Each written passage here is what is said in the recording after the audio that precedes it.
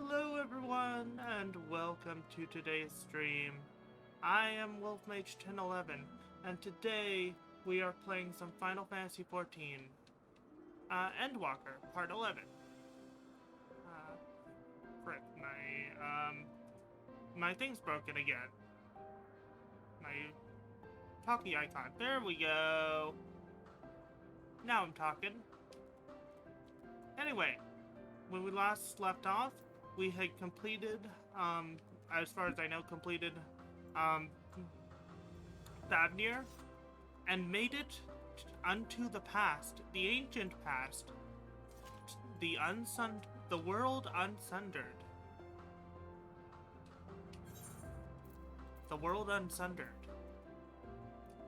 And we met Ffxiv of that time, and Hythlodaeus of that time.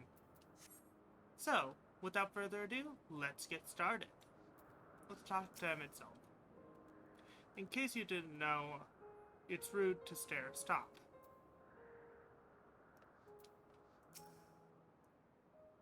This is hardly my first time here, but the scenery never fails to take my breath away. Why, it feels as if you could reach out and touch the heavens. Now then, to begin our guided tour, perhaps you would already know these things, but for the sake of thoroughness, I start with the basics.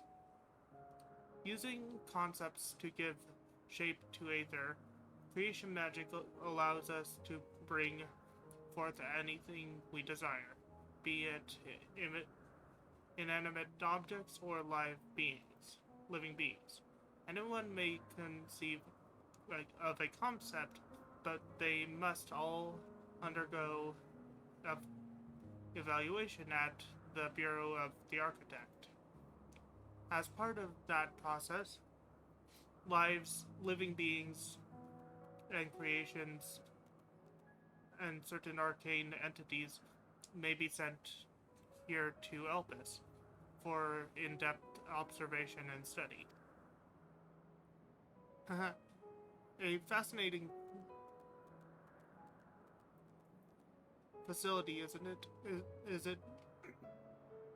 Isn't it? I dare say you will enjoy touring it with us.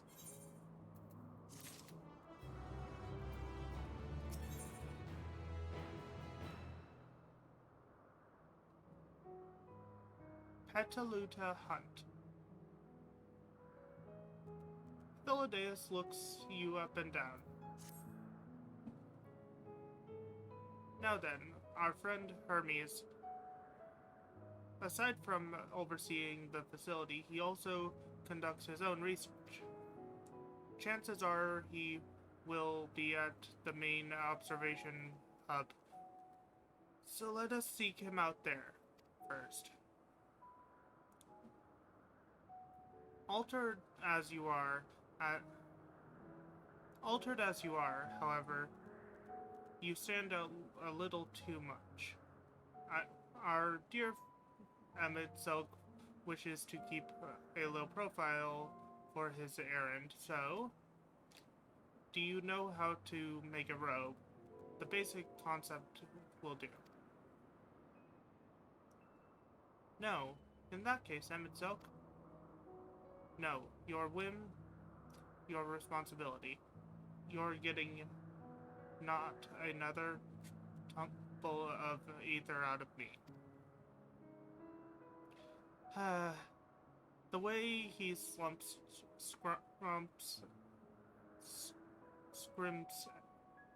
at sometimes, you'd think he wasn't a nigh bottomless font of magic. Very well, I shall make the robe, but perhaps you can assist. Come, let us search for the required materials.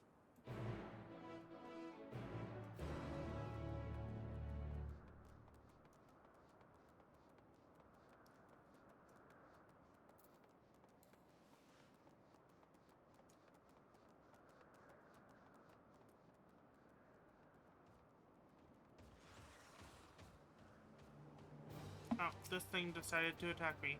Oh well, your creatures have decided death is the final option.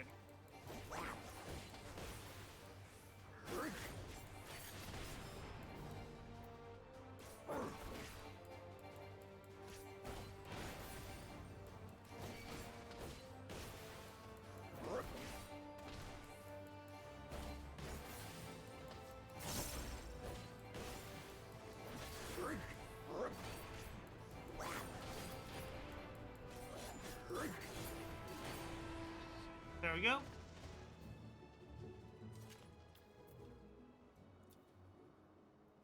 Oh, there's another player here. Eloru.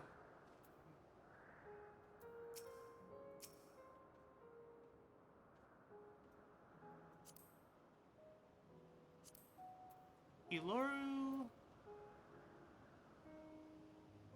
Mesa.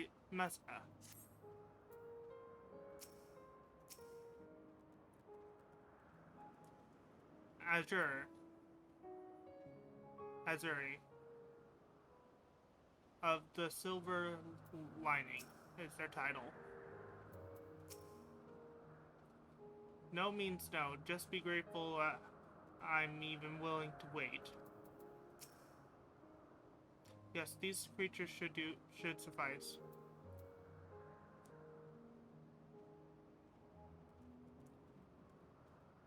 An etheric rope.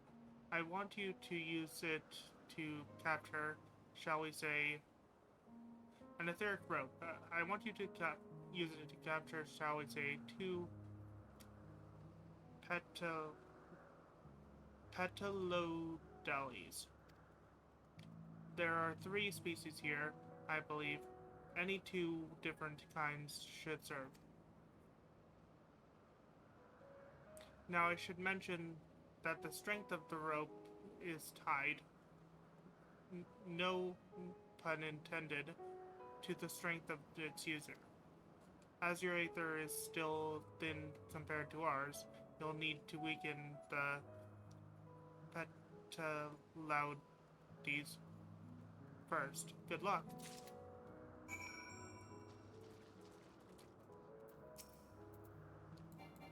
Let's see if I can get that one's attention without aggroing. Oh, yeah, I should probably summon my Chocobo so that he has it. He can heal me. Hello, Floofy Plume. Let's go with a... So we have red, purple, and blue versions. Okay, I have to get 2 different ones. What do you guys say, chat? If there's anyone there. Red, purple, blue. Which 2 do I get?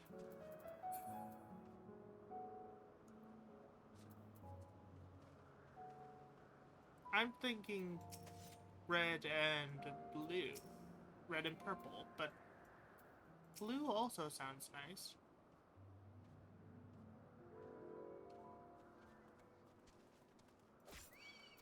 Oh. Nope. Being auto attack. Disengage!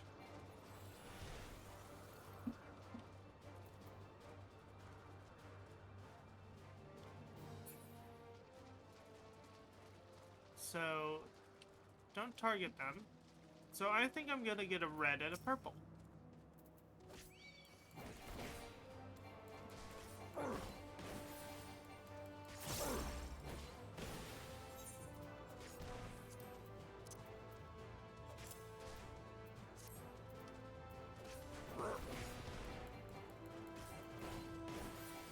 And since my Chocobo is set to heal,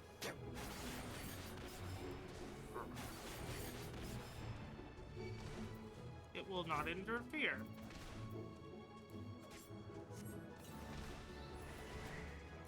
And this thing decided to attack. Okay. It can actually die. So we have a red one. Now we just need a purple or a blue one.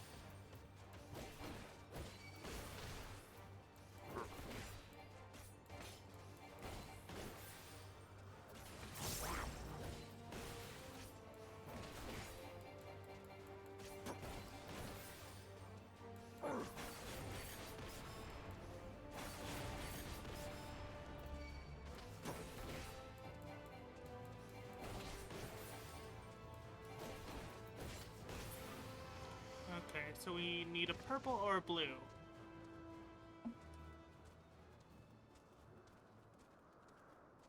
Let's go with a purple.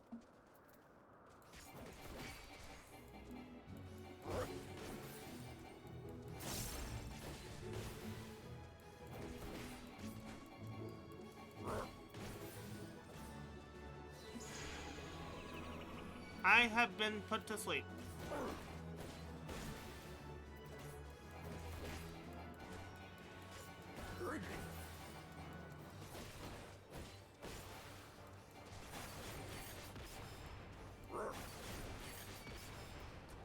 And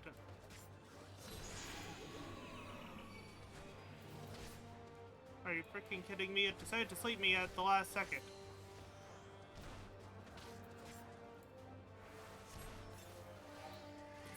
There we go. And this thing needs to fucking die.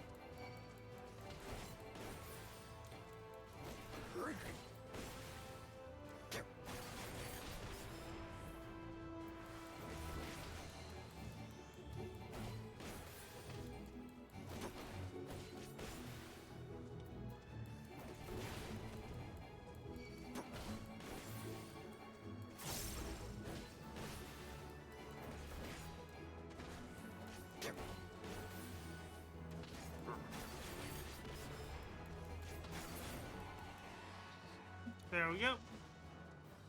We've taken care of that. Now to return to Hythlodaeus.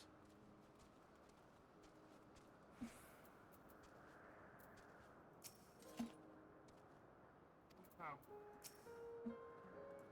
You've caught the Petalodias. Petalodias. Come, come. Let us see.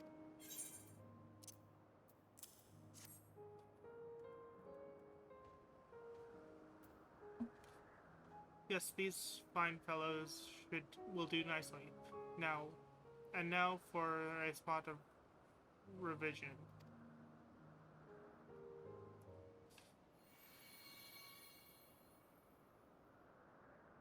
There, it is ready.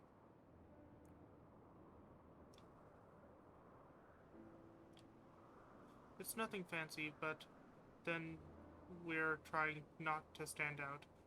Try it on for size. You turn living things into clothing, just like that. Won't someone be angry with us using the creatures, using those creatures?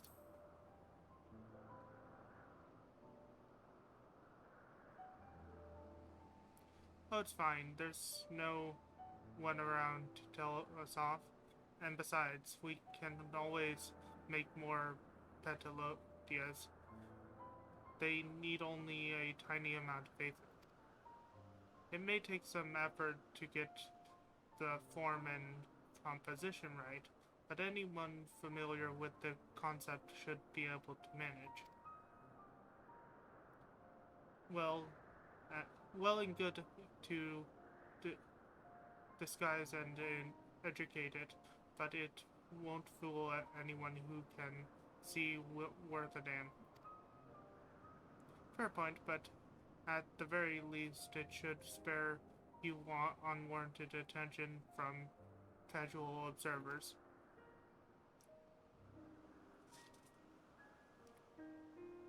Emmett Silk speaks true. Even dressed like us, your unusual nature will be plain to those who think to look. Should someone question your presence, don't make up excuses, much less try to explain what you actually are. No, best to simply say that you're a familiar. The question is whose. Of course, Azim. If you say you belong to him, people will give you the benefit of the doubt for any and all outlandish behavior. Exploiting our associate's absence. For lack of his appearance, absolutely. we are were he or we were he here, he'd have been the first to propose the idea, and you know it.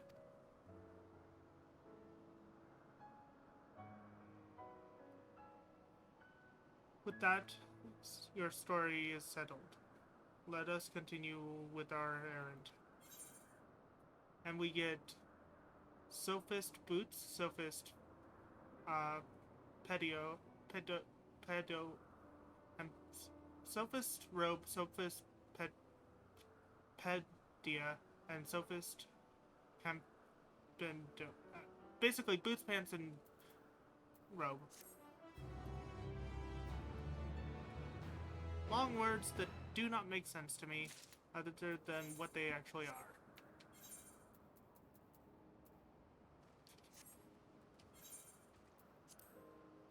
Cast Glamour.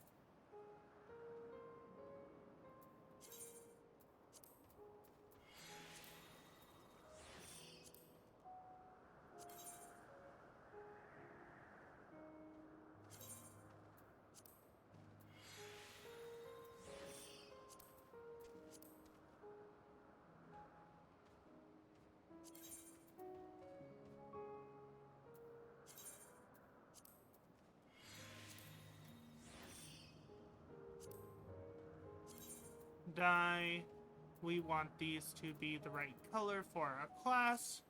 Given that we are a tank, we are going with the royal blue.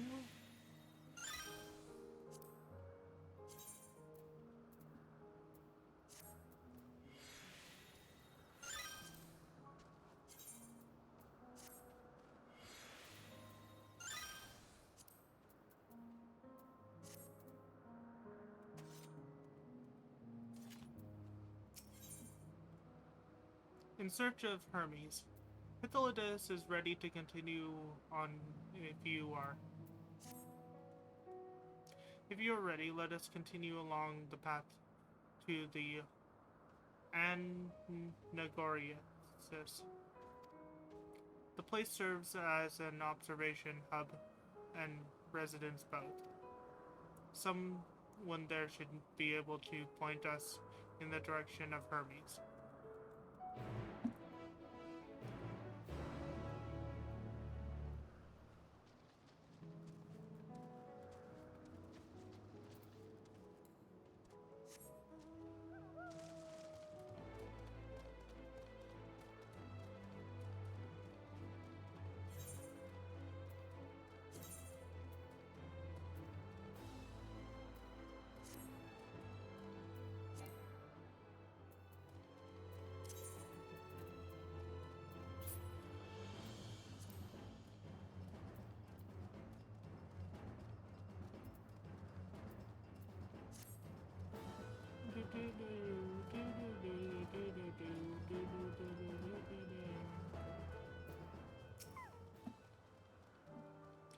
Let us see if this observer knows Hermes' whereabouts.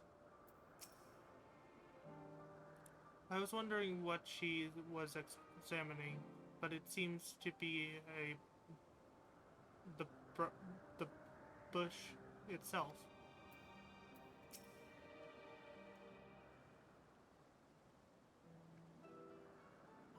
Yes, can I help you? We wish to speak with Chief Hermes. Do you know where we might find him?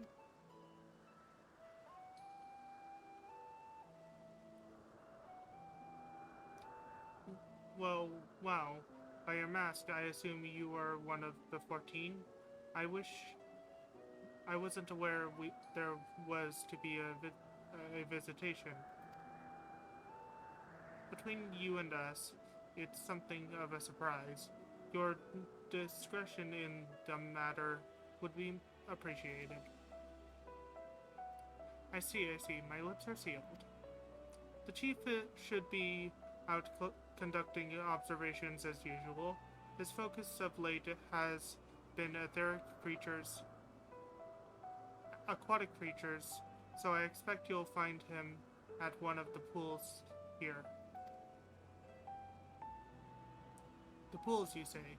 My thanks, and apologies for disrupting your work.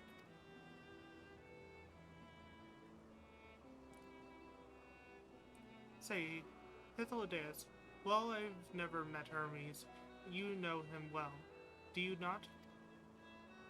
To be... That being the case, can't you simply find him by his ether? Aye, that I could.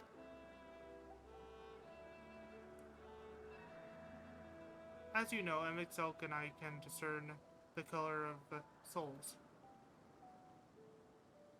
By the same token, we can also see ether quite keenly and from a great distance.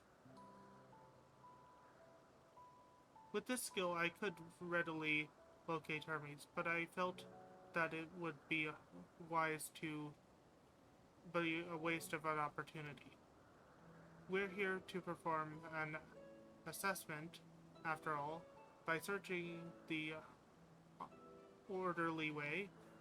We stand to gain insight into Elpis and the man in charge of it. This is as much for your own enjoyment, like it's not, but point taken.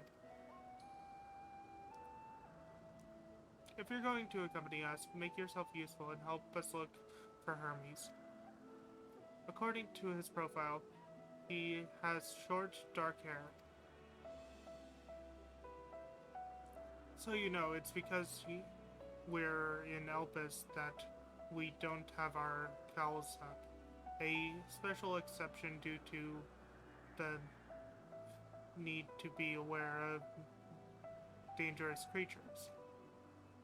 Elsewhere, we do not exhibit our individuality. It's unseemly. This of all common sense. This is all common sense, but I would not assume you to possess any. It's a rare treat indeed to be able to search for someone by their appearance, and I thank you for humoring me. Come, let us find our man.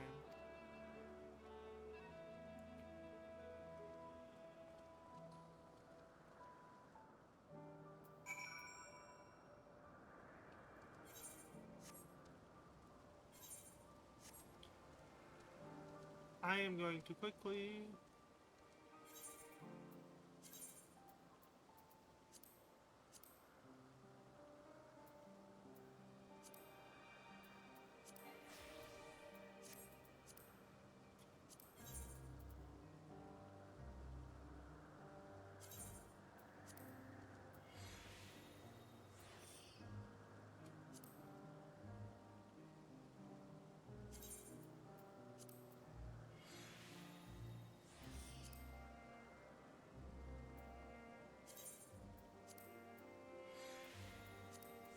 I had to fix my headpiece because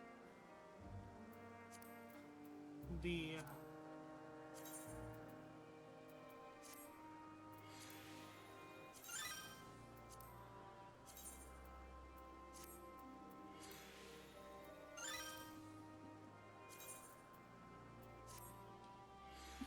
headpiece was not the right headpiece look. Okay, now we have our werewolf look with the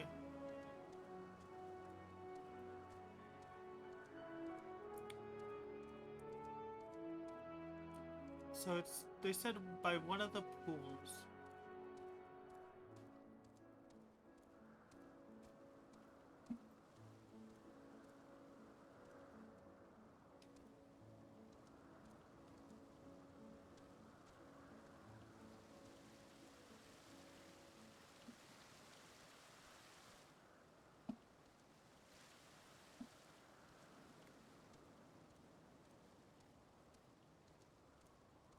Let's see.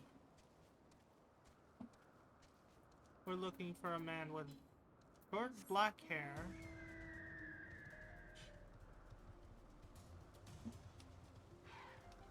The winged girl.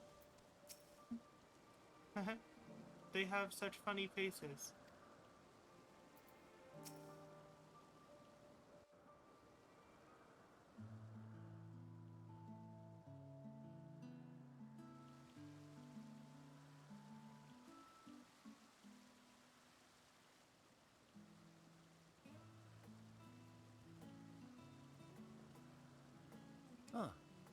You are...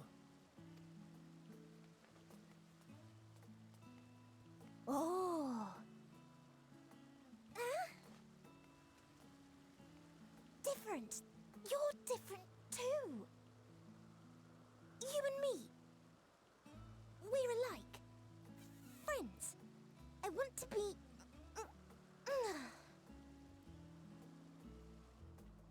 Wait. Please. Wait.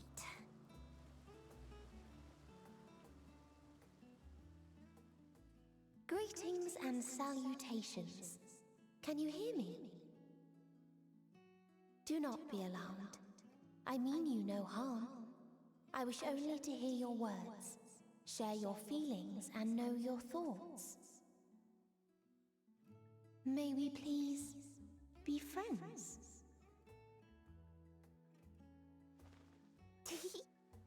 May we please be friends?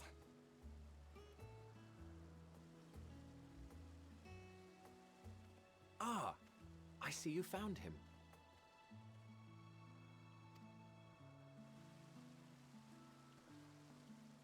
Hythlodaeus. It's been a while. Too long, I think. Too long indeed for close collaborators. On this blessed occasion, I bring not only myself, but others who long to speak with you.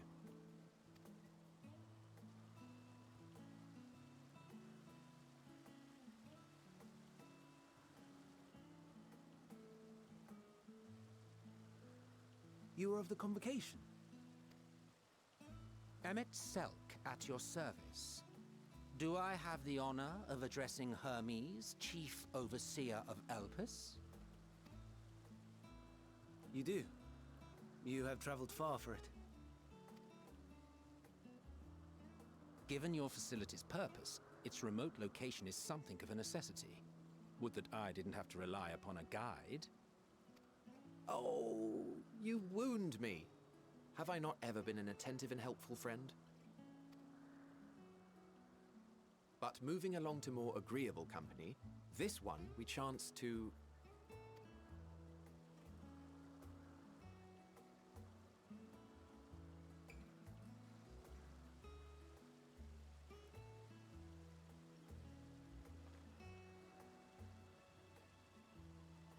Well, you certainly have her attention. Is she one of yours, Hermes?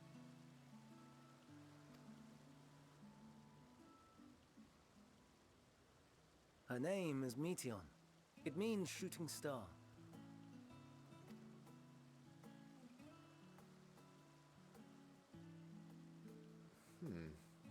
If I may make an observation, her ether is terribly thin. I fear she might dissipate at any moment. Nor do I believe you've made a submission to the Bureau. I would remember such a concept if you had. I haven't, as you say. I judged it too early. She's a pet project of mine, still undergoing preliminary testing. But rest assured that I will attend in person ere long.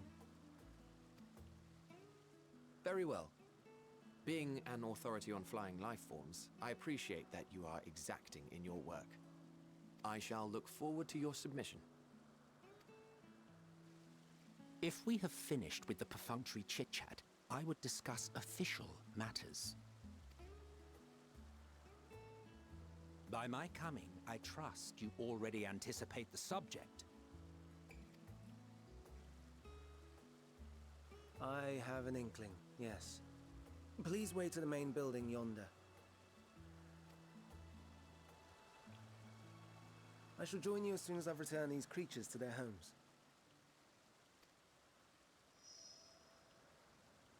What's wrong, Hermes? An amostoma is missing.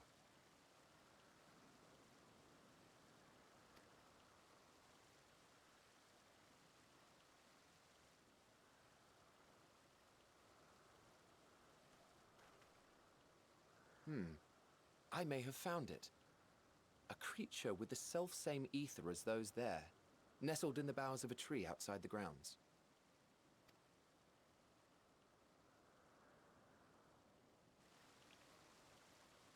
You're saying they can climb with their sorry excuses for limbs? The fashion has been to imbue aquatic creatures with the power of flight, ever since the words of Metron created a sky-swimming fish. The Ambistomas too can fly, if only slightly, and they could conceivably climb a tree. Whether they can come down safely, however... Excuse me.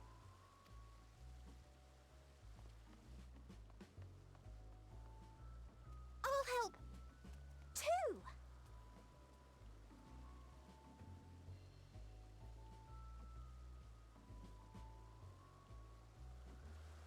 And what are we supposed to do with this lot?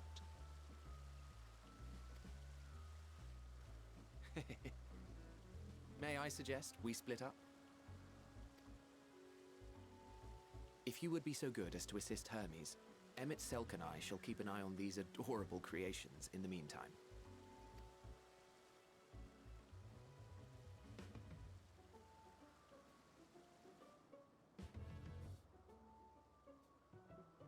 I just realized that my gun blade is the wrong fashion. We need to fix that.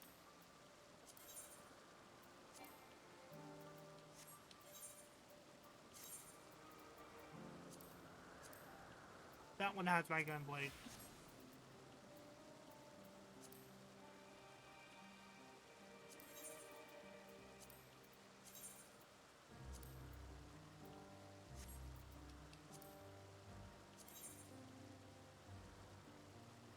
This time I'm not gonna dye the robes because I'm tired of dyeing them.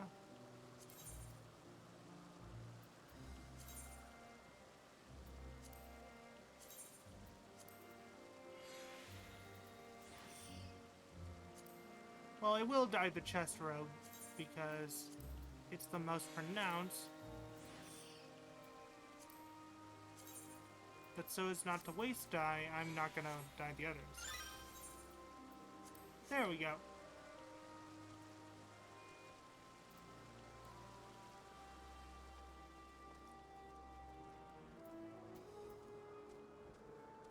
Let's try to avoid the bird.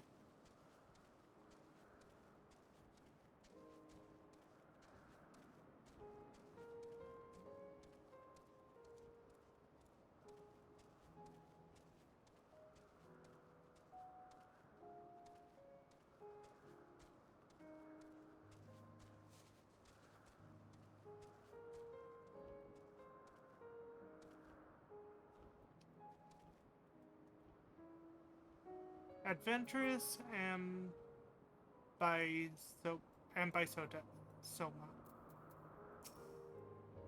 Hermes, are you alright?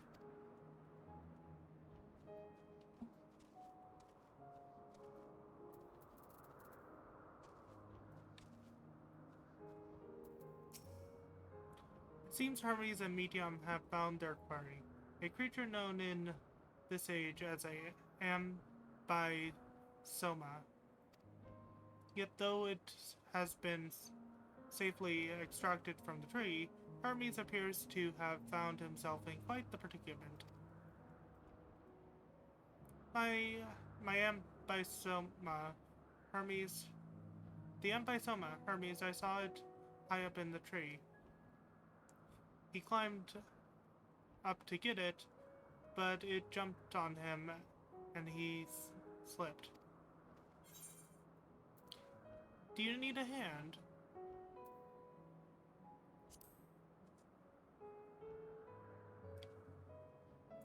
Grunt. No, I'm fine, if a little embarrassed. Now, for your own safety, please stand back.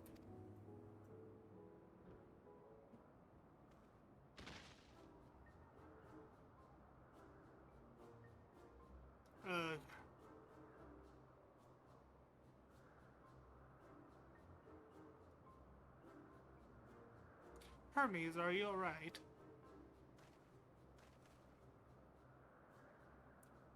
Quite alright, yes. My apologies for making you worry, Medion. both you and your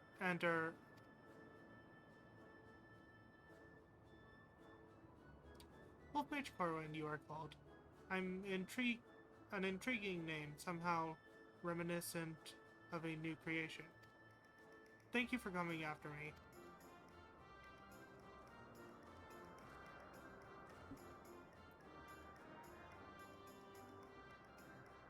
As for you, little one, you must be more careful.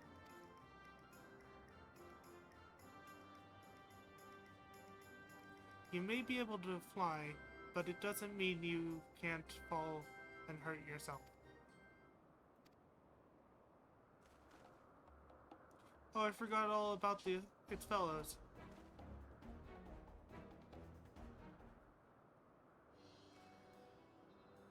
Truly, what a relief. I must thank itself and Hithaladeas when I return to them. But first, with the distraction out of the way, as Chief Overseer of Elphibus, permit me to welcome you to our facility. I hope you will enjoy your time here.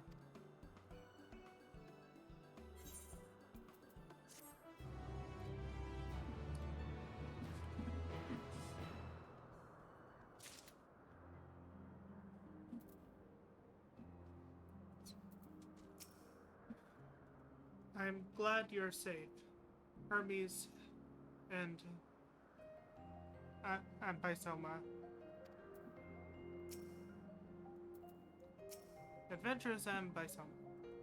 The Ampysoma stares at you unflinchingly, as if regarding something novel. Regarding it in turn, you notice that it appears to be floating, ever so slightly.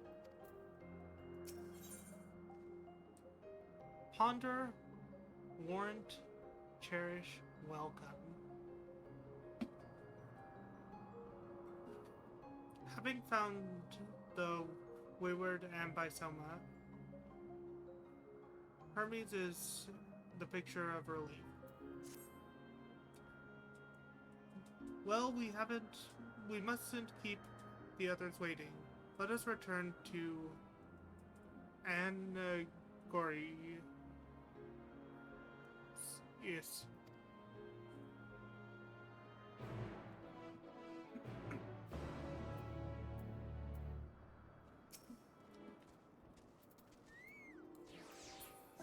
Well, our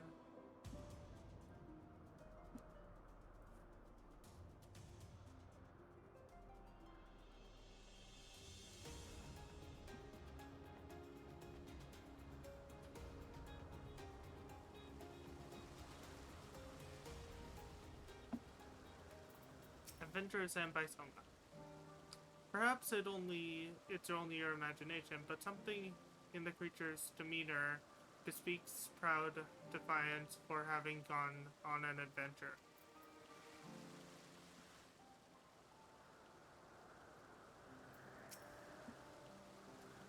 No more errant creations to distract us from matters of actual import, I trust. 'Twas blissfully eventful in your absence. Blissfully uneventful in your absence. The little ones were on their best behavior. My apologies for the trouble. Owing to your kind assistance, all the Ampysomas are safe and well.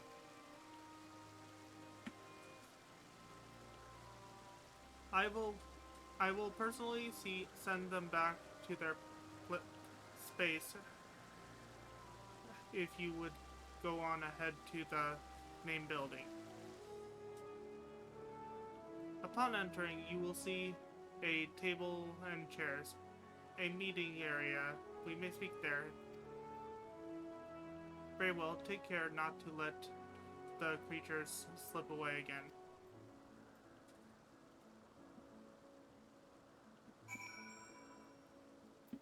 I didn't talk to Medion, so let's talk to Medion. Some creatures stay outside, others stay at Catasis, like the Bisomas.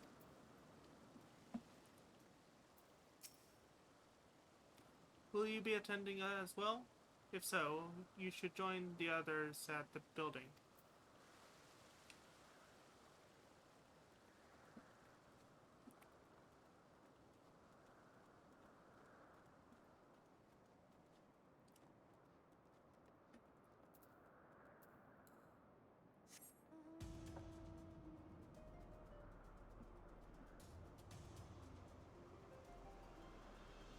Gemstone Trader. Elpis 8. Egg of Elpis.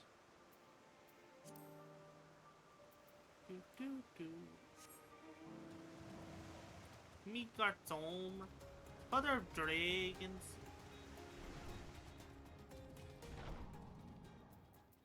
Hythlodeus. While Emmet has been accommodating thus far, he is the one who has business with Hermes. If you wish to attend, you will have to ask his permission.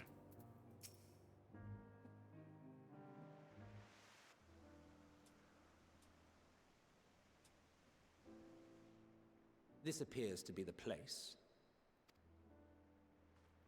And here is where we part ways. We will be discussing highly sensitive affairs. Only a select few may be privy to such knowledge, and that does not include someone who cannot or will not divulge their origins.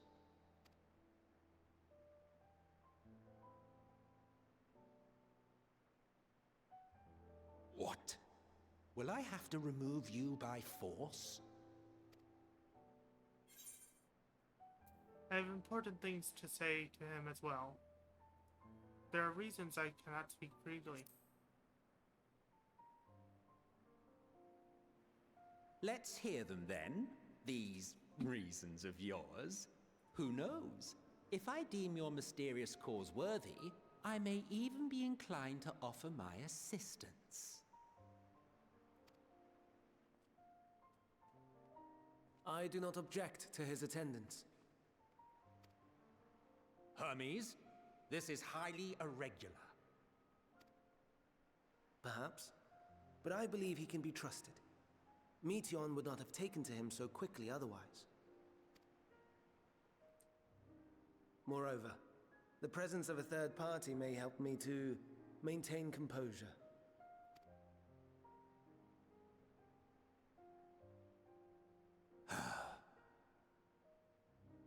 As you wish, then. Behave yourself, do you hear?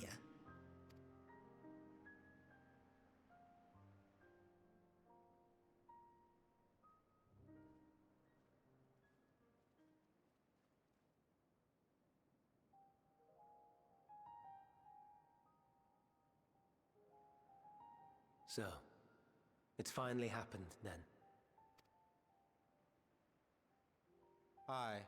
Van Daniels declared his intention to step down and named you as his preferred successor.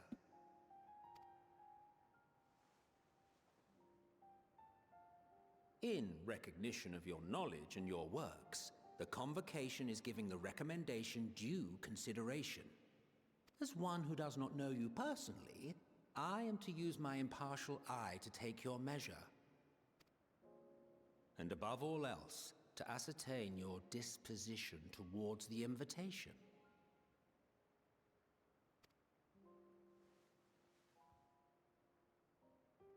I understand that you and Fandaniel are close.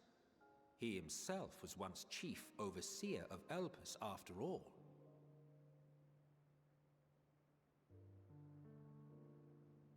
I should not be surprised if you knew before anyone else that he wished to relinquish his office.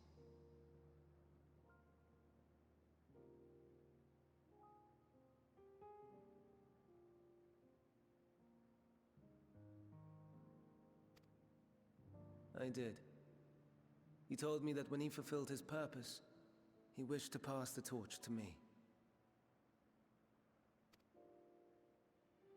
A torch you seem none too pleased to accept. Are you so averse to serving on the Convocation?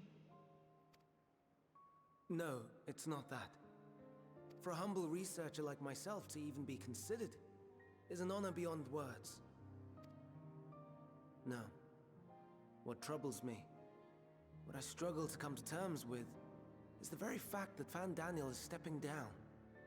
Does this not mean that he will return to the Star?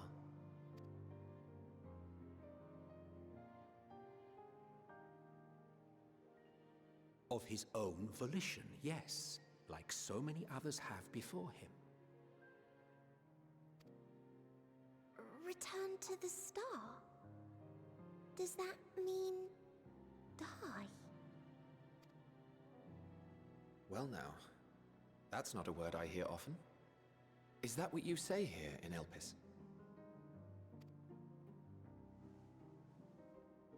Mankind is the life of Atheris. Each of us, a drop of blood flowing through its veins, bearing sustenance.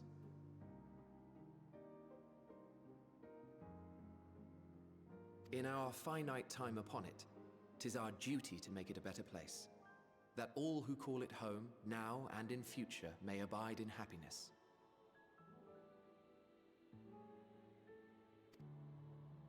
To that end, we have dedicated ourselves to the pursuit of enlightened creation. And by our efforts did we transform this once untamed wilderness into the peaceful paradise you enjoy today.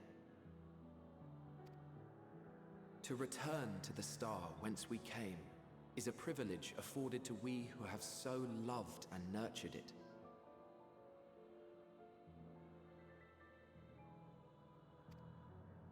A choice embraced by those who have lived their lives to the fullest, in service to our world. And when they depart upon this journey, it is beautiful, always. The 14 are no exception. 'Tis believed no occasion is more felicitous than the fulfillment of one's duty.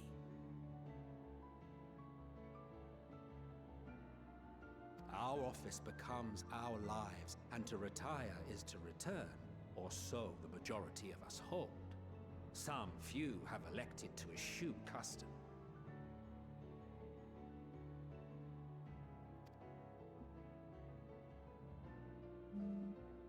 Mayhap you feel Fandaniel's deeds do not warrant his return. Yet you should know his accomplishments as well as any.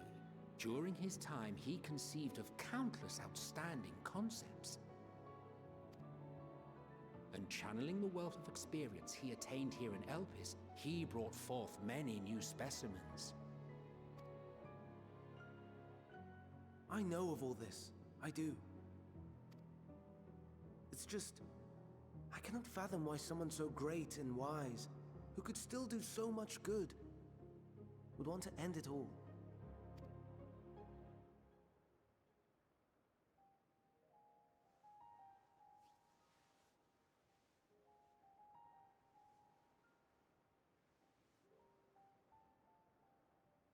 Oh no, I've made her upset.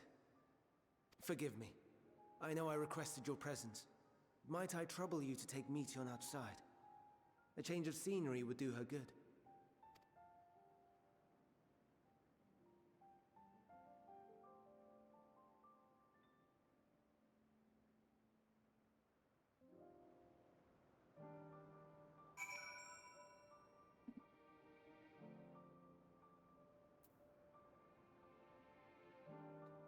So, let's see. Let's talk to them, Leech. Forgive me, I will make it up to you, I promise. Don't mind us, friend. Please, tend to Meteon. Most would jump at the chance to serve the convocation, and yet...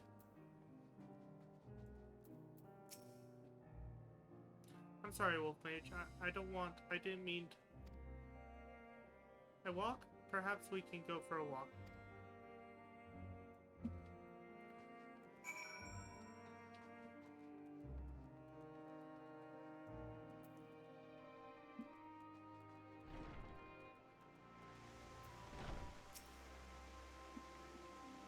Hermes gets sad when he thinks about death. When others are sad, I'm sad too. That's how I am. How he made me. But don't worry, I'm fine now. So why did you come here? You want to learn about Elpis and Hermes. Oh, teach you? I can teach you. We can take turns. You tell me I tell you something, then you tell me something. Sure, why not? Then it's settled. Where to start? Ah, yes. Let's talk to Mamanon. He should be near the Aetherite. I'm not good at explaining, but Mamanon is, so I'll have him explain instead. Medion is now accompanying you, okay?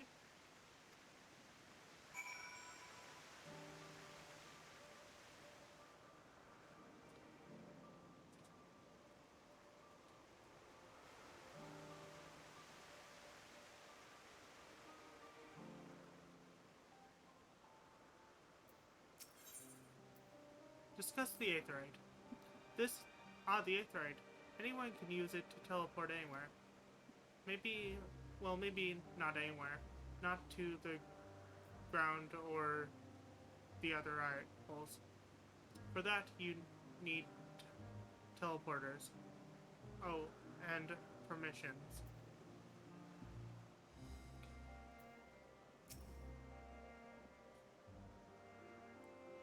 Ah, what have we here? Though you look like a person, you have the features of a beast. I assume you are a familiar like Meteon. Is there something you need? This is a wolf mage.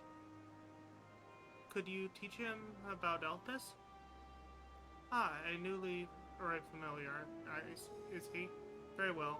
I should be glad to introduce our fair facility to him.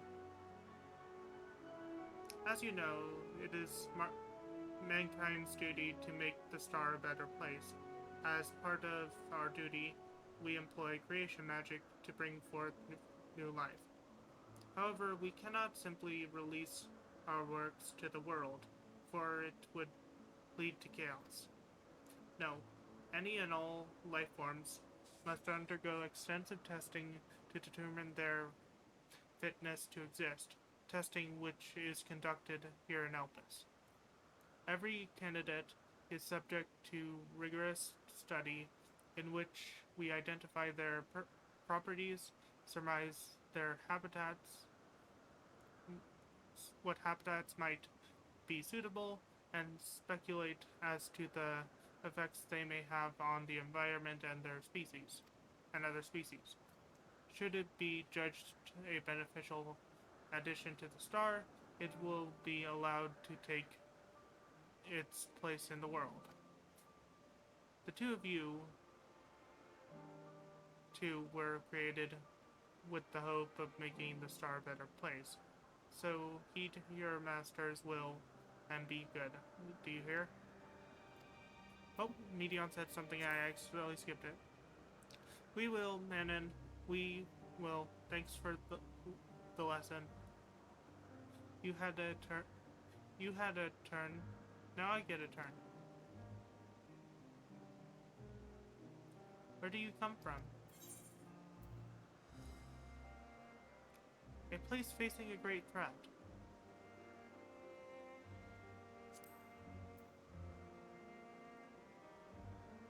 There's such a place? I had no idea. But this place is important to you. I can feel it. Oh, my power? I haven't told you about it. A creation. Let's find a creation, one not being watched. Then I'll explain my power.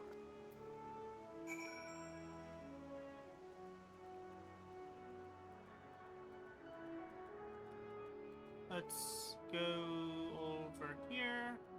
There's apparently a creation.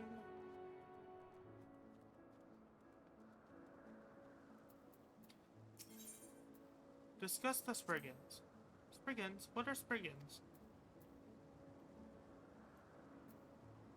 Oh no, we call them Orari.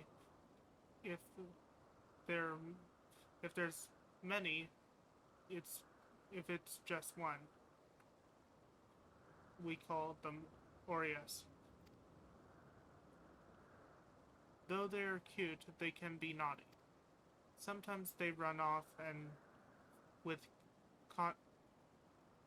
concept crystals, and Hermes has to run after them.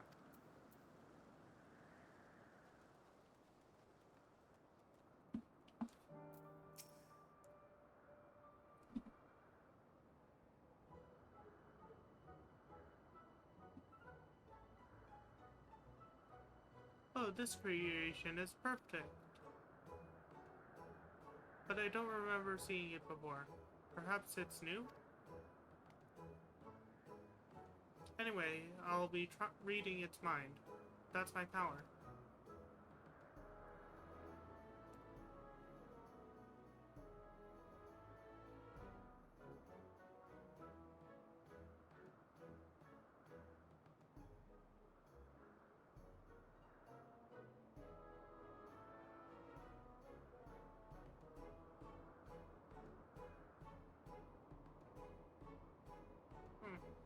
I can't read it. Or maybe there's nothing to read? Wait, please wait. I'll try again. With you this time.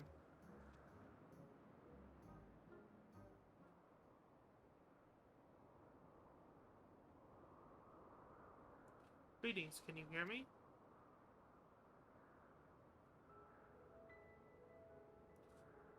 This is my power. I can read the emotions of those around me, and project my emotions to others in return. I am not actually speaking to you in your mind. Rather, you are conveying my emotions into words and intention. A process performed subconsciously by intelligent life forms. This ability is vital to my mission, for it allows me to interact with intelligent beings, even should they communicate via unknown languages or other nonverbal means. As a consequence, I am clumsy at speaking. Yet though I struggle to express myself in this fashion, Hermes wants me to speak as much as possible, for everyone has thoughts and feelings that they may wish to hide. I harbor no affection for you. I harbor an affection for you. One that is difficult to define. Aside from the fact that you share a common trait with us, your thoughts are complex, prismatic. They draw me in and leave me wanting to know more. Out of respect for your privacy, I refrain from using my power when speaking to you. Nevertheless, I want you to know that I wish to be your friend.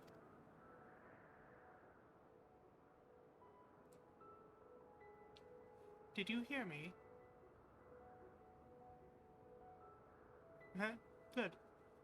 Now it's my turn again. So, what are you good at?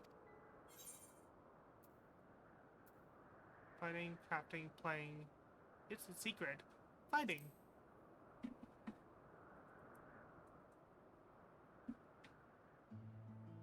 Oh, fighting. That must mean you're strong. Hermes is strong too, but he doesn't like to fight, even when creations fight them.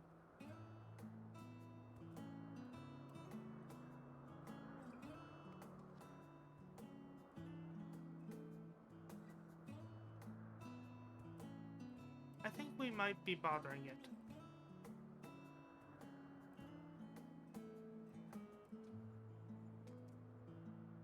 Let's keep going.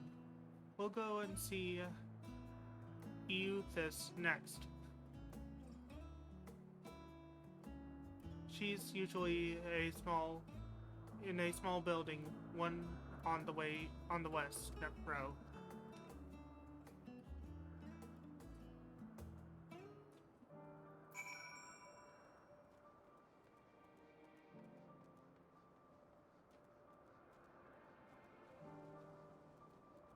So I already interacted with the Spriggans and the Aetherite. I wonder if I mount up, does she leave?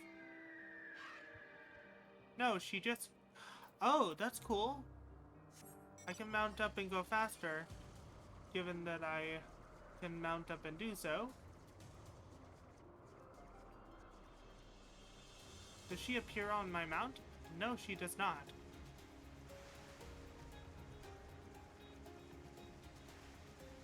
That's not where we need to go. Over here!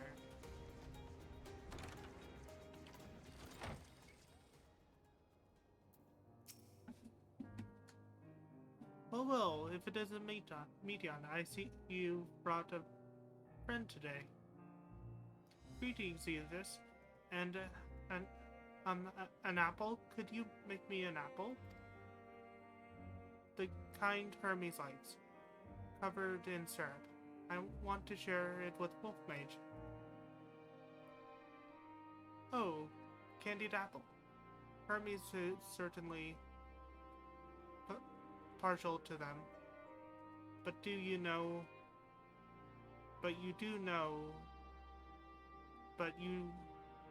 you can't eat, Meteon. You weren't made to do so. But I like it too.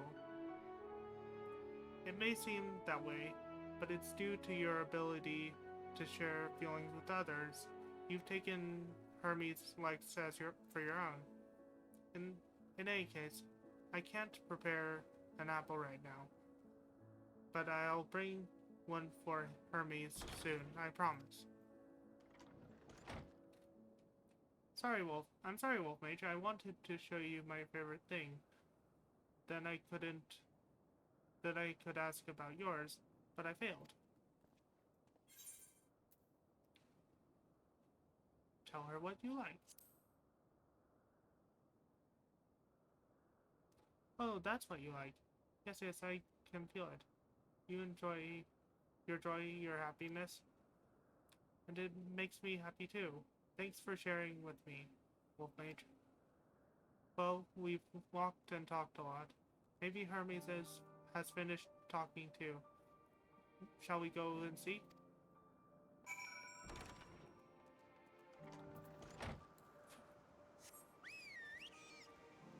Carbuncle!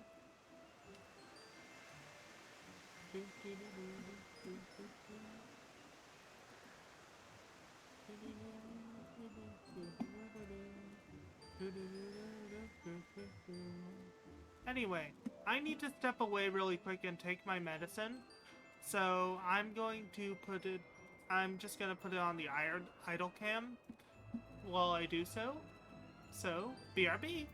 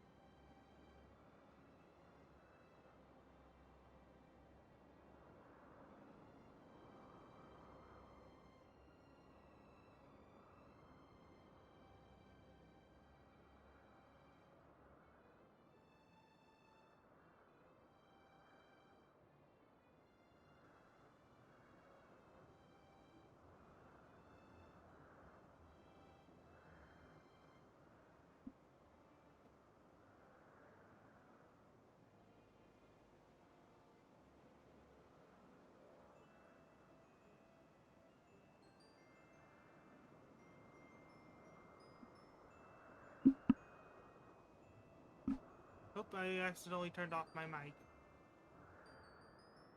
There we go. I have returned from taking my meds.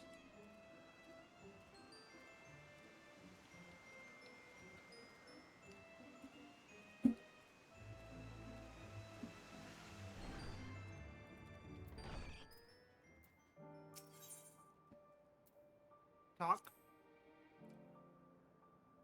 I hope Hermes. I hope Hermes isn't sad anymore. An excellent timing. It was a refreshing consultation, I hope. What, back already? Pity. A bit longer and we might have snuck away without you.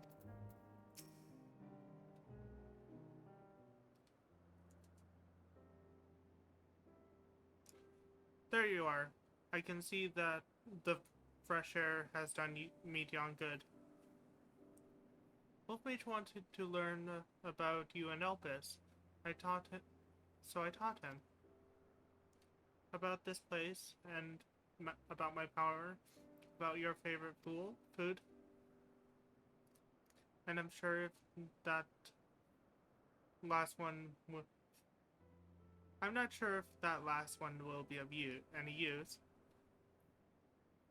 I do appreciate your keeping Meteon company. While you were away, I finished speaking with our guests. Finish? Hardly. You requested time to consider the invitation, so we have no choice but to occupy ourselves with an inspection of your work. My apologies. It has been decided that Ffxiv and Hithelides will accompany me as I attend to my duties. If you wish to learn more, perhaps you would like to come too. I'm compelled to remind you that he is in no way associated with the convocation. We simply chanced to meet him in the public. There is no guarantee that the matter we discuss will remain private. I do not mind. To see the joy in his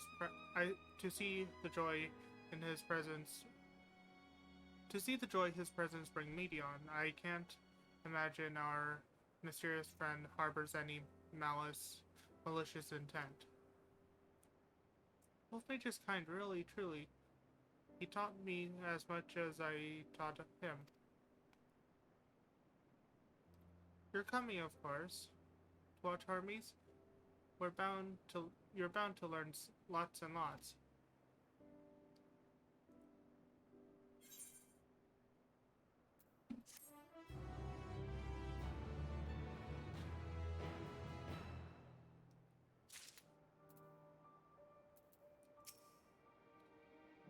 This time we all get to go for a walk. Isn't it exciting? Though I see new creations on a daily basis, here they look at them with a different eye. It will be interesting to observe Hermes at work. It is held that all the civil organizations should conduct their affairs with total transparency, and the convocation is no exception. But that doesn't mean we are obligated to show our work to unknown entities such as you. Consider yourself privileged and behave accordingly. Lives apart. Composure regained, Hermes is ready to return to his duties. If everyone is ready, there are a few creations I need to check on. First, we shall return to the spot where we found our way to Bestodia. Have care when you step outside a hub, for there may be more unruly creatures about.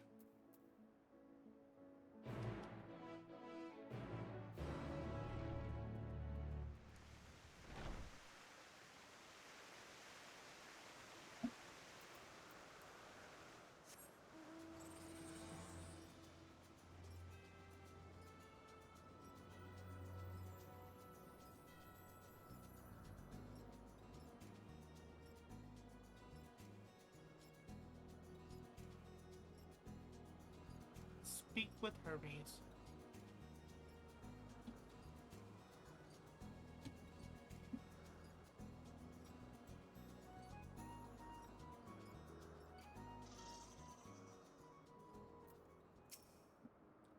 Ah yes, the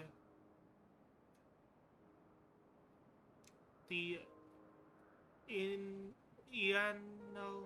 Eanthine Petelodia, one of the newest species of the ever popular butterfly. You're still bothered by your robes. Don't be. The few specimens we repurposed won't be missed. All of them in vigor now. When we were discussing his nomination, he was melancholy incarnate. So beautiful, Petelodia. I hope they make it into the world.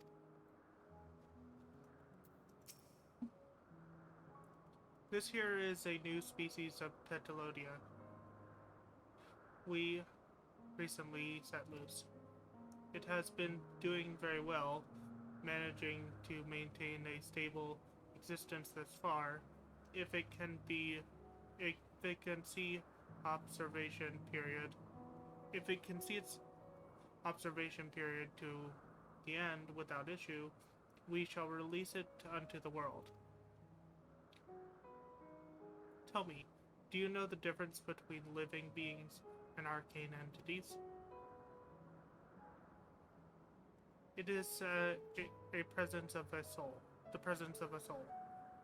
Yet, the soul isn't something you can choose to have at will. No, it manifests only in those beings whose forms adhere to the laws of creation that can endure on their own. Beings that do not fulfill this requirement, such as those spontaneously burning magic, such as those spontaneously born of magic or natural phenomena, do not have souls. No matter how much it might resemble flora or fauna, if it lacks a soul, then it is considered an arcane entity. So as you see, it is not for mankind to decide what is living. That demands lies beyond our manipulation. That domain lies beyond our manipulation, and it is hubris to assume otherwise. But come, let us head to the nearby beacon. I have received a report that arcane entities have gathered there.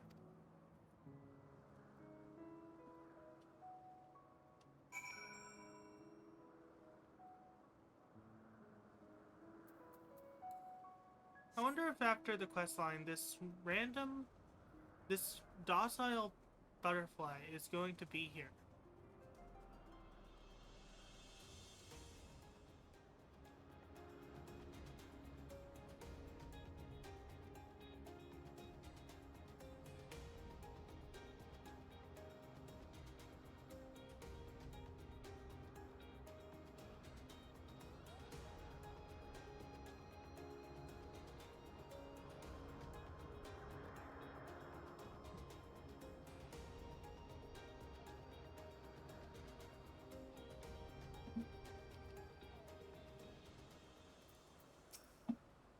Interesting. You're interesting too. Tell me, how did you find the Ambissodia? A fascinating creation, much like yourself, little one. Renowned as Hermes is for his flying life forms, it is a rare privilege to be able to see one of his works in progress. We're, we're meant to be observing Hermes, but instead we're stuck with Medion. Well, I suppose she herself serves as proof of his prowess as a researcher and creator both.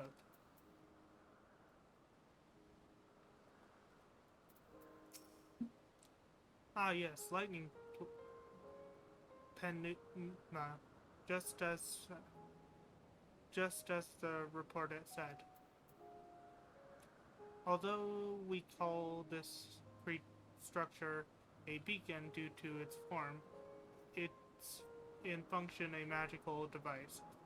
By manipulating the balance of elements, it keeps the isle airborne and maintains the climate thereupon. In the course of its operation, it often sees an internal shift towards a given element. Right now, that element is lightning, which draws the Penuma here to replenish their ether. It appears Meteon is busy. Would you care to assist me in her stead and feed the Penuma?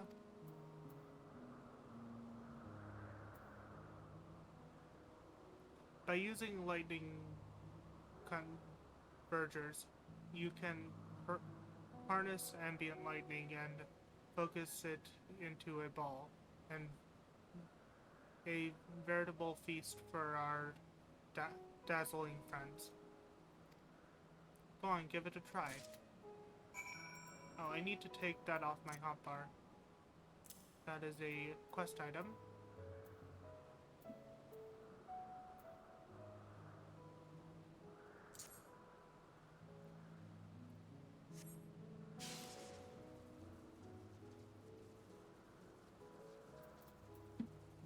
That's one lightning ball. Oh, that's too far away.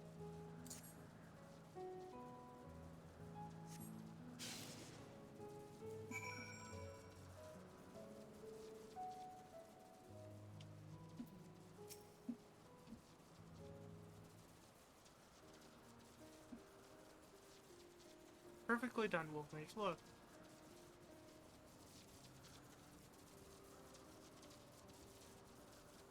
See how they gather to feed? How they express themselves through their actions despite their lack of words? Speech is not the sole defining characteristic of a thinking, feeling creature, nor is silence an indication that they do not possess these qualities. Be it a soulless arcane entity such as a Penuma, or an ephemeral life form such as the Petalodia, all seek to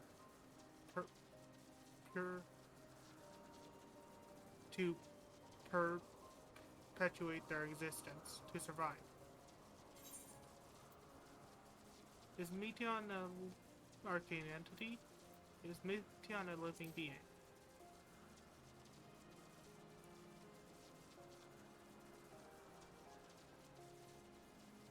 A good question.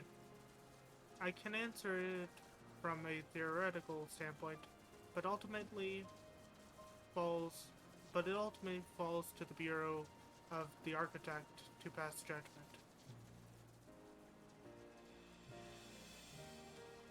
Those with exceptional vision such as Hythlodaeus may be able to ascertain her true nature.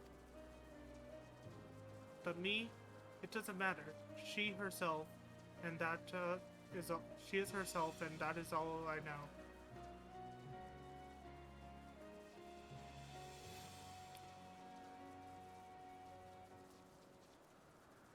Oh, you finished already. I'm sorry. I was in the way. Was I in the way? Not to worry, my dear. They missed nothing of it, of note, and we still have plenty of work for them to observe. Next, we shall head east to Morning Dew. I need to speak with some observers there.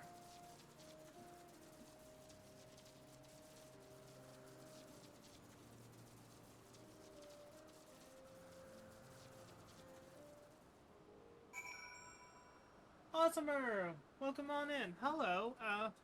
Also good night?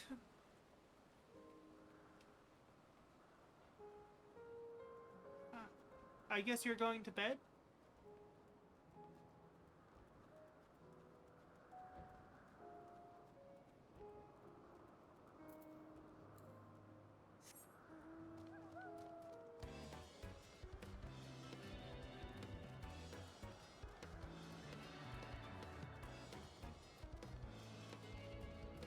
Sorry, I was reading dialogue, so I didn't see the chat at first.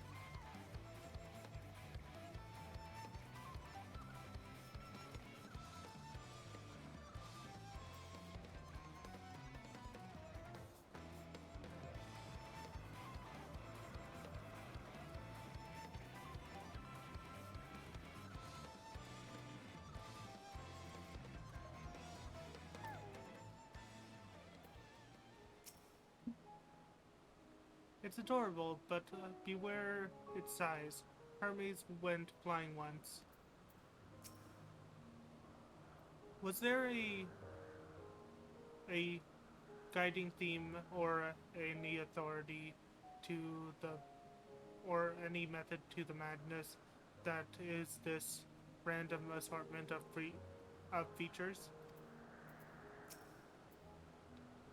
This fellow has been the talk of the Bureau, and the contribution of a carefree aspect, an endless rows of fangs, and strangely charming. Is strangely charming.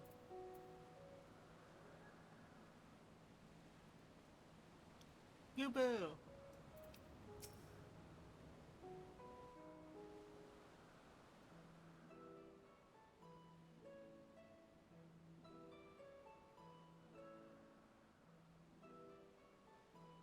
Amazing, is it not? The Ampelos, one of our newest subjects.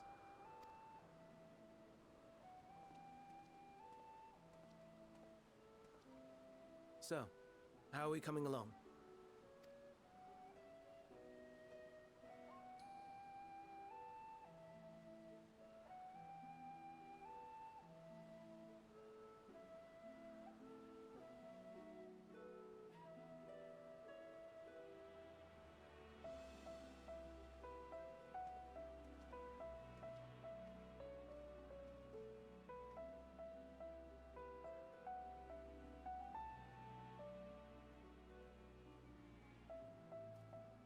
This place is Elpis. Those flowers. Elpis. Entelekis. Like me.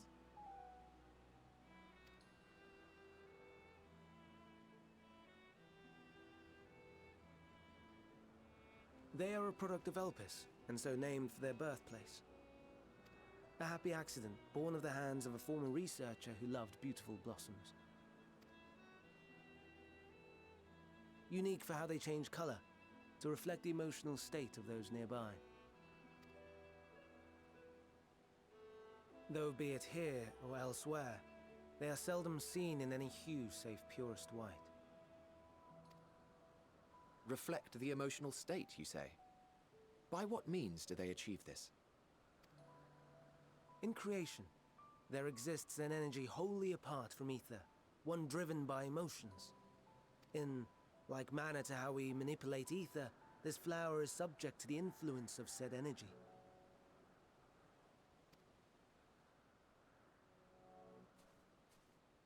Well, it has no will of its own. It is sensitive to the prevailing emotion in the vicinity, and reacts by altering its color and vibrancy.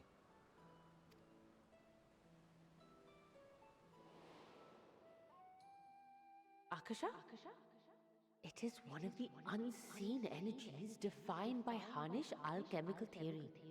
Though a gross oversimplification, some describe it as an essence influenced by feeling.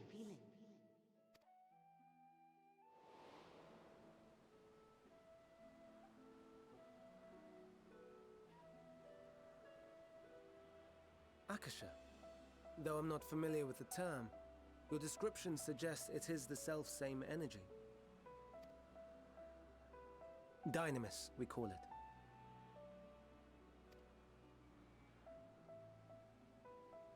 And those entities like the Elpis flower that have the ability to interact with this energy, converting emotions into tangible phenomena, are Antelekis.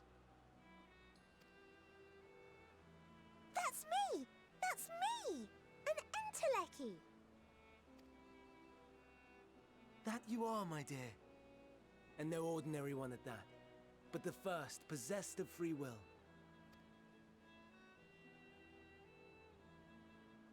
Wait. A form of energy other than ether? Dynamis? I've never heard of such a thing. Hardly surprising. Dynamis cannot be seen, much less felt.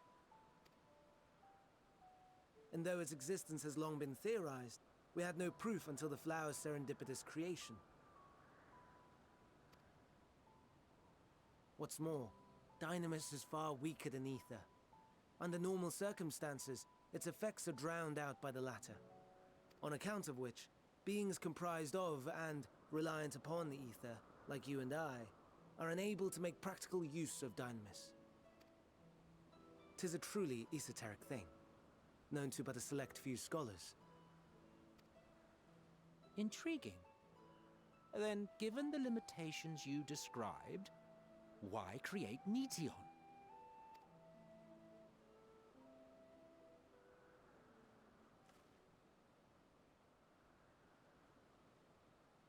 Our star, Aetheris, is especially rich in ether, so much so that its name is derived from it. However, when we consider all energy in existence here and in the vast space beyond, Dynamis may account for as much as 68.3%. The more abundant form by far. Were we able to control it, we could open the door to limitless possibilities. 'Tis not unlike a gently flowing stream, unable to break through the dam of ether barring its path. But if we could imbue the stream with the vigor of a raging river...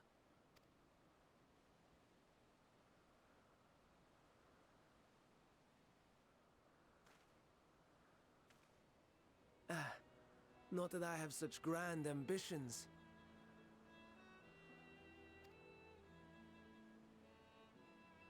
Nay. I merely wish to create a being that could traverse the great expanse.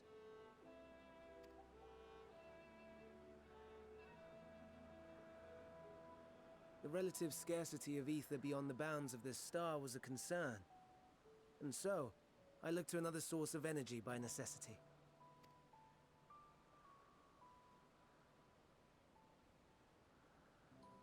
That being Dynamis. No wonder her ether is so thin. Precisely.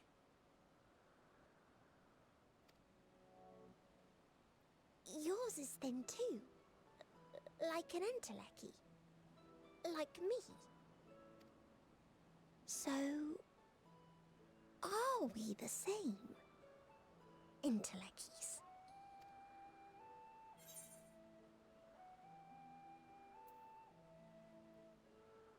Well, I have been known to transcend the my limits with nothing but determination.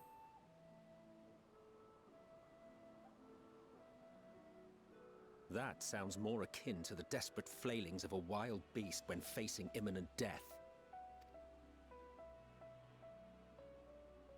A deficit of ether alone does not an Enteleki make. It would, however, make it easier for you to interact with Dynamis. And limited though its influence may be, this quality could prove the difference between victory and defeat. You do well not to underestimate it.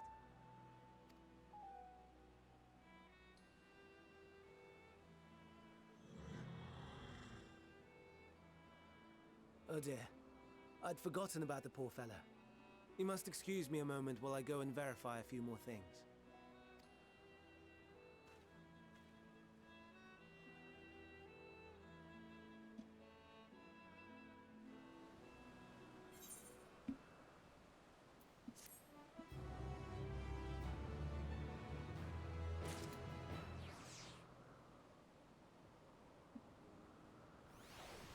Okay, I'm going to step away really quick to get some water, and then I'll be back to continue the story.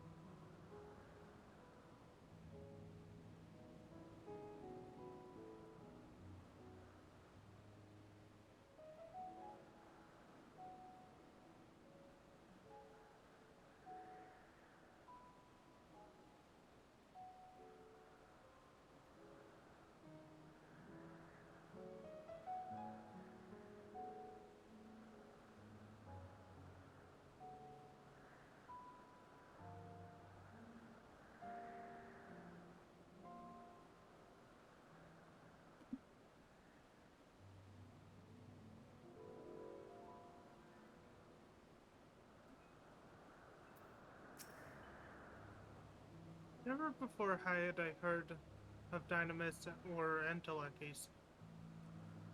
I can only assume the Elpis flower was submitted to the Bureau before I joined.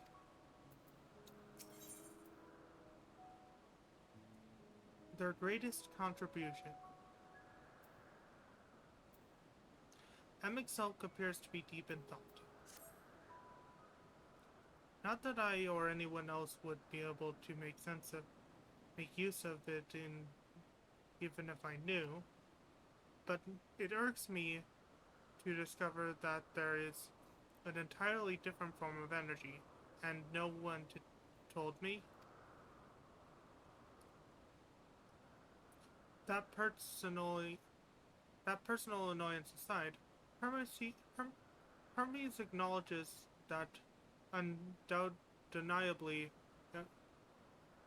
Hermes' knowledge is undeniably impressive.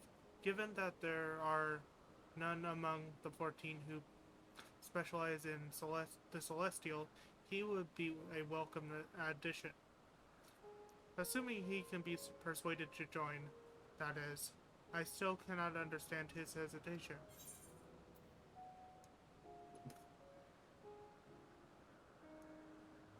Why did you join the convocation?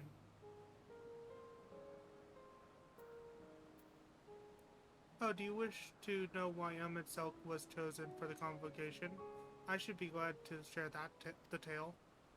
Ahem. To begin when... Not another word. Lest you've forgotten, we're to learn about Hermes, not me. My misspent youth is not your concern.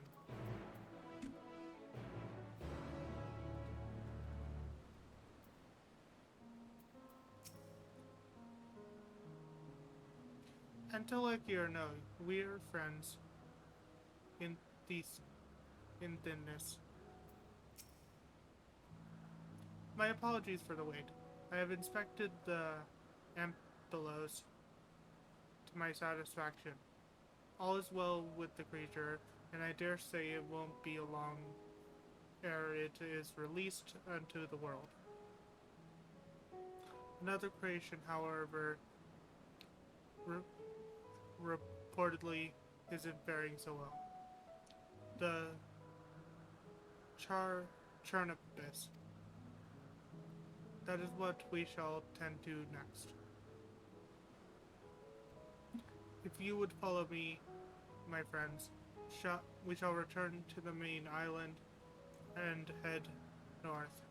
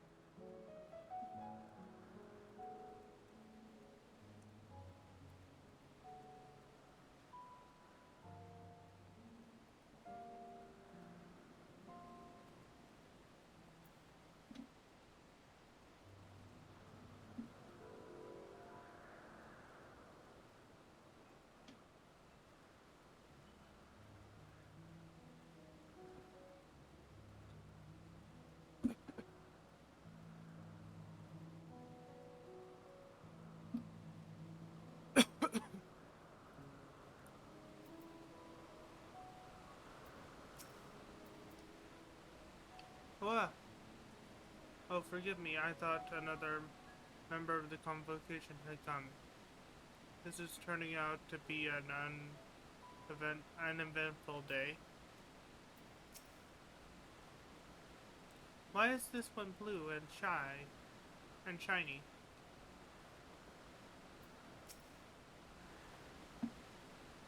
A serpent bird or a winged snake?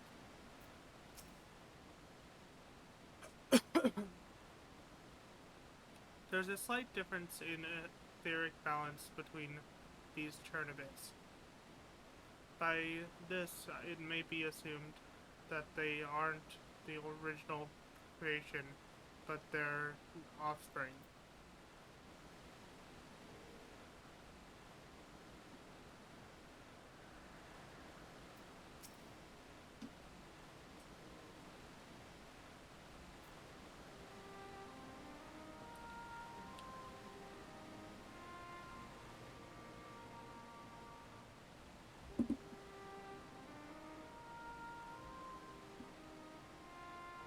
I understand there's a problem with one of the Chernobis. Yes, that's right. As you know, the Chernobis is based on a sea creature, owing to its adjustments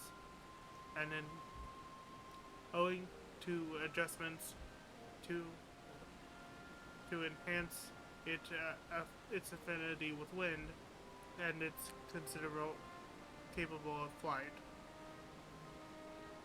The specimens created from the concept could all fly without issue, but a problem arose in subsequent generations.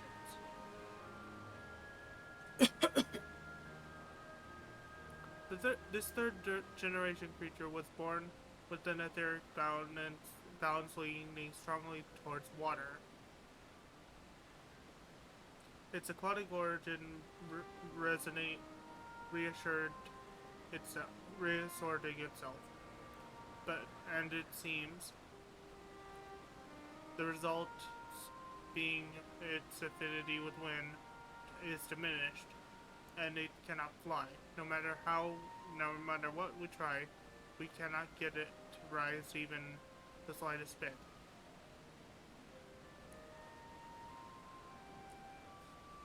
For such change to manifest in so few generations, I fear they are too unstable,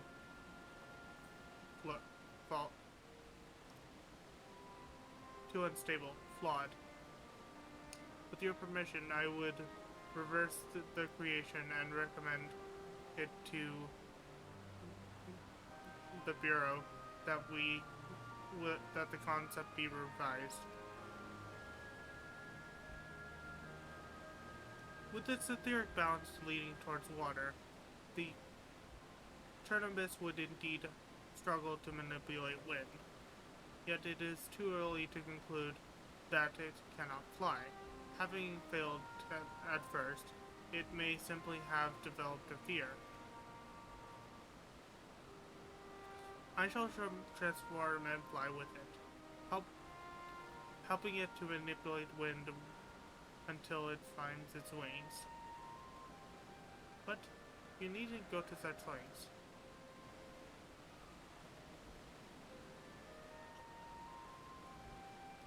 You don't know. But of course you don't. Transformation is an art in which one manipulates a vast quantity of ether to construct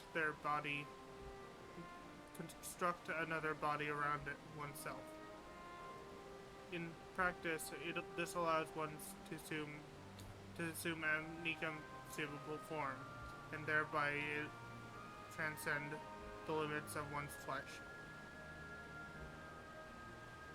Yet convenient though it may be, transforming in the presence of others is considered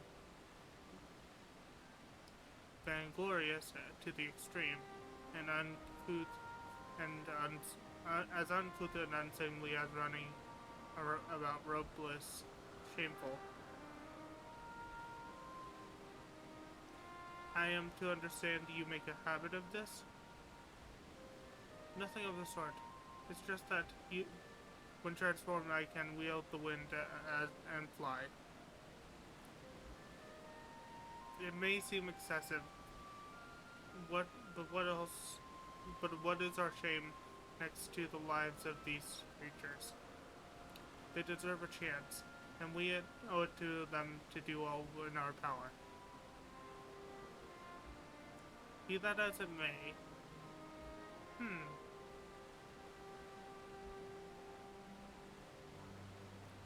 Yes, I believe I have a solution. Ffxiv, may I trouble you to move that Chernobis away from its fellows, somewhere out of sight?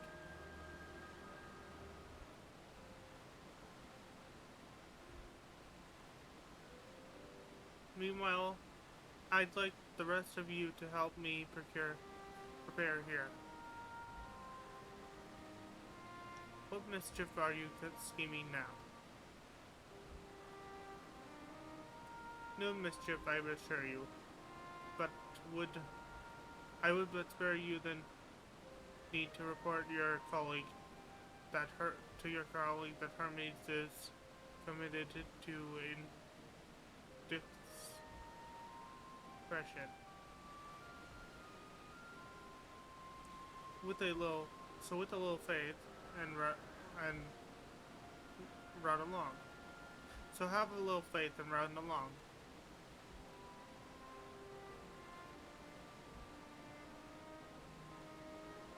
I trust you don't mind?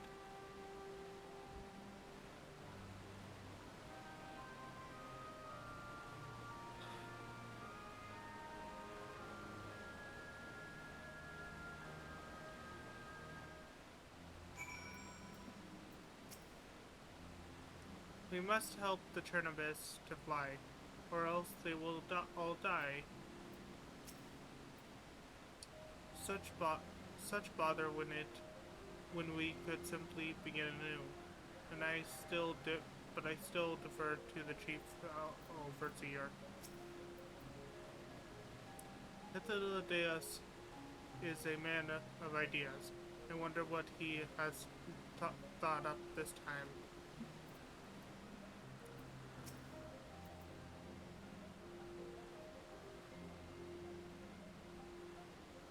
Emet is out of sight.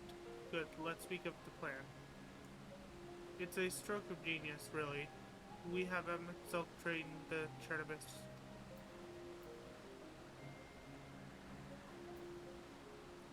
Aside from being able to fly untransformed, he can readily see ether cards. And with his adept spellcraft, he can also employs suitable wind magic to guide the creature along. While he is indeed capable of all you describe, it is not his duty. I am loath to trouble him with it. Don't be. As I mentioned, it would also be for his own sake. With that settled, let's begin at once. Wolf Mage, I want you to go to Emet and tell him that you have a favor to ask. He will be disinclined to cooperate at first, but you mustn't be discouraged.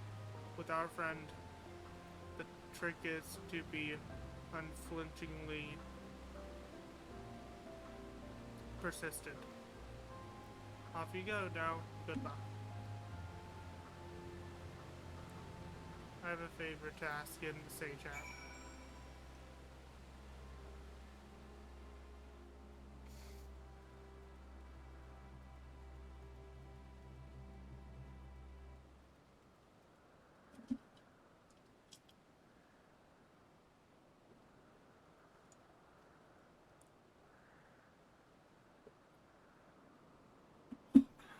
BRB.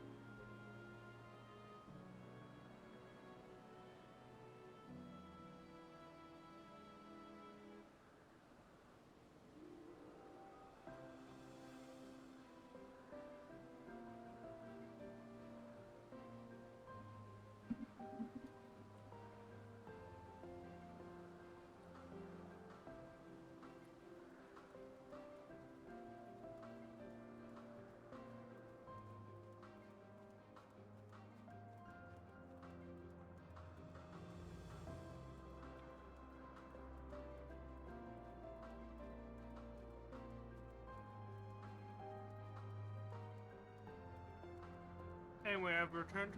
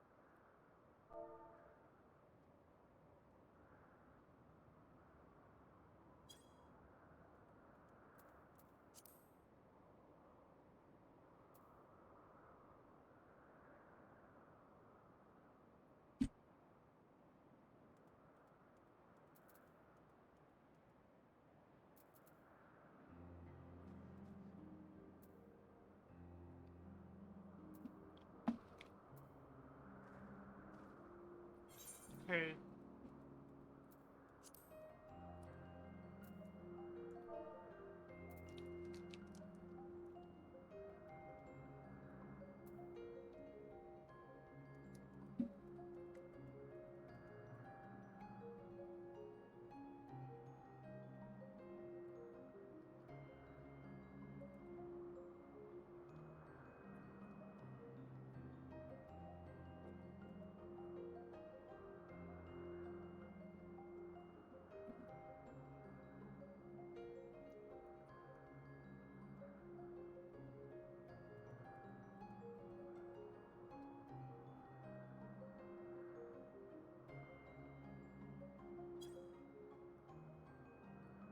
Oh no, you don't. I'm not lifting a finger.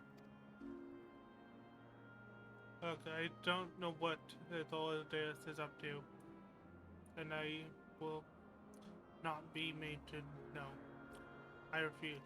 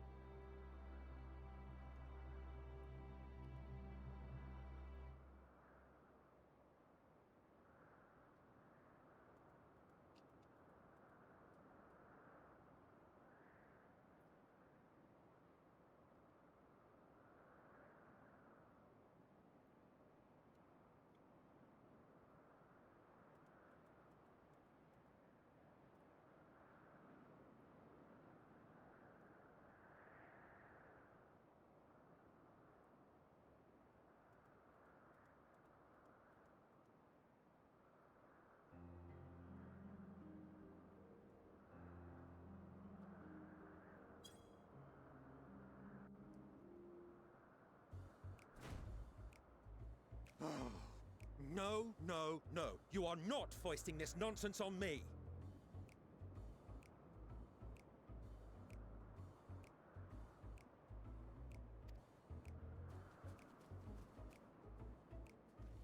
I'm given to understand you have the power to help the Charybdis, and should be quite willing to do so. And so I appeal to your better nature, most benevolent Emet-Selch. Please teach her to fly. Or else Hermes will transform. Right now.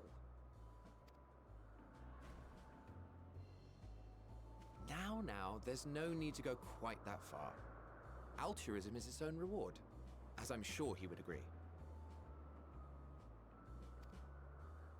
Oh, would he now? And who contrived to put me in this position, pray tell? Nothing so devious. I merely suggested a possible course of action.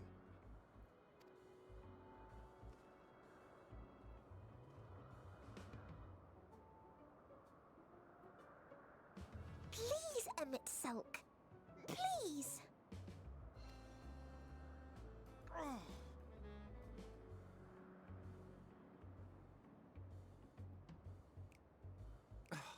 I did not come all this way to play nursemaid to your creations. I'd thank you to remember this favor and let it be the last.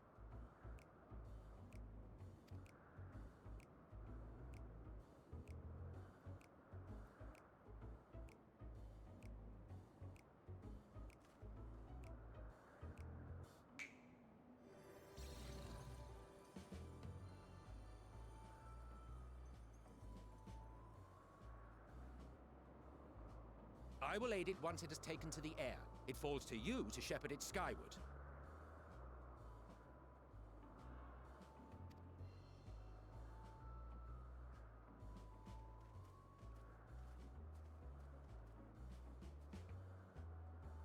Well, let's relax and enjoy the spectacle, shall we?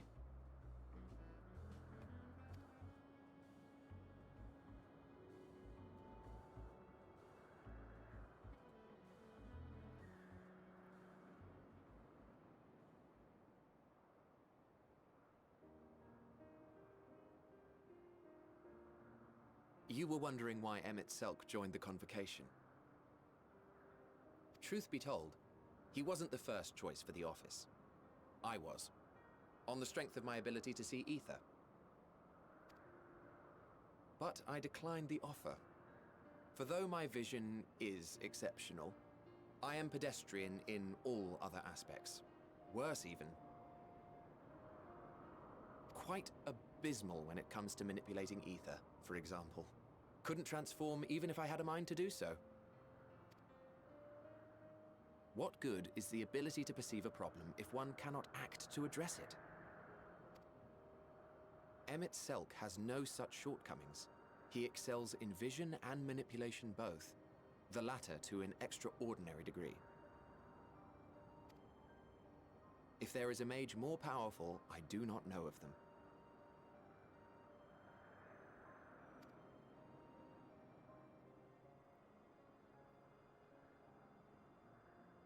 Thus did I recommend him for the office in my stead. And I wasn't the only one. Far from it. Countless others vouched for his skill and character. People the world over, to whom he had previously lent a helping hand.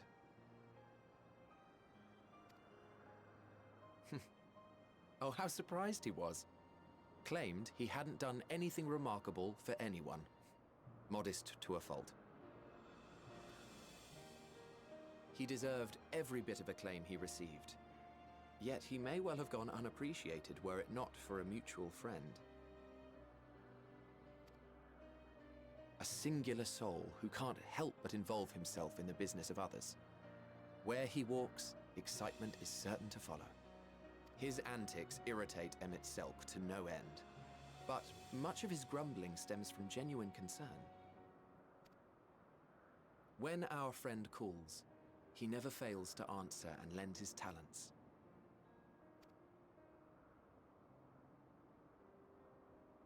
And in the course of doing so, he himself came to be recognized and respected by those around him.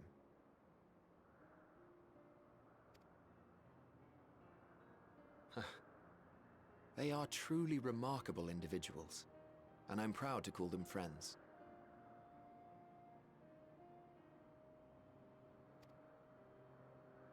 To help them realize their dreams. This will be my greatest contribution to our world. And when they have fulfilled their respective purposes, so too shall I have fulfilled mine.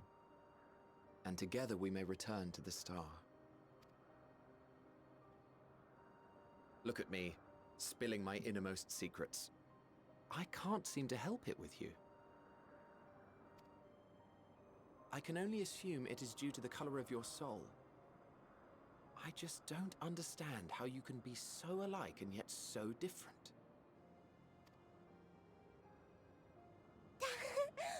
Well done, my pet. Well done!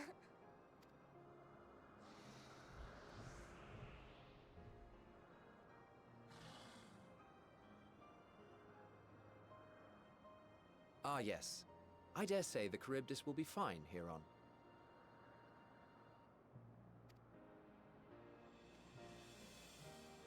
Why don't you go and signal to Emmett Selk? Let him know that his arduous task is at an end.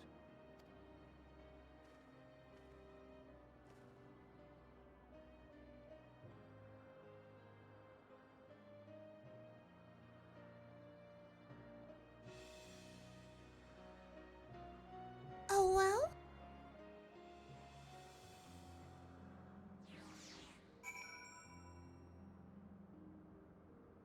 Hello, Spring Traps. How are you doing?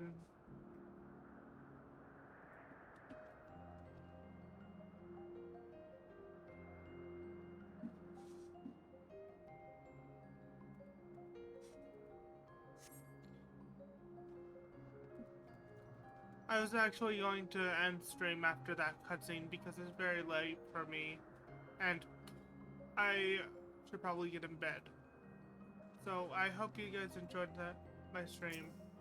I hope you guys stop by again. Till next time, I've been with Mage 1011. I'll see you guys then. Bye.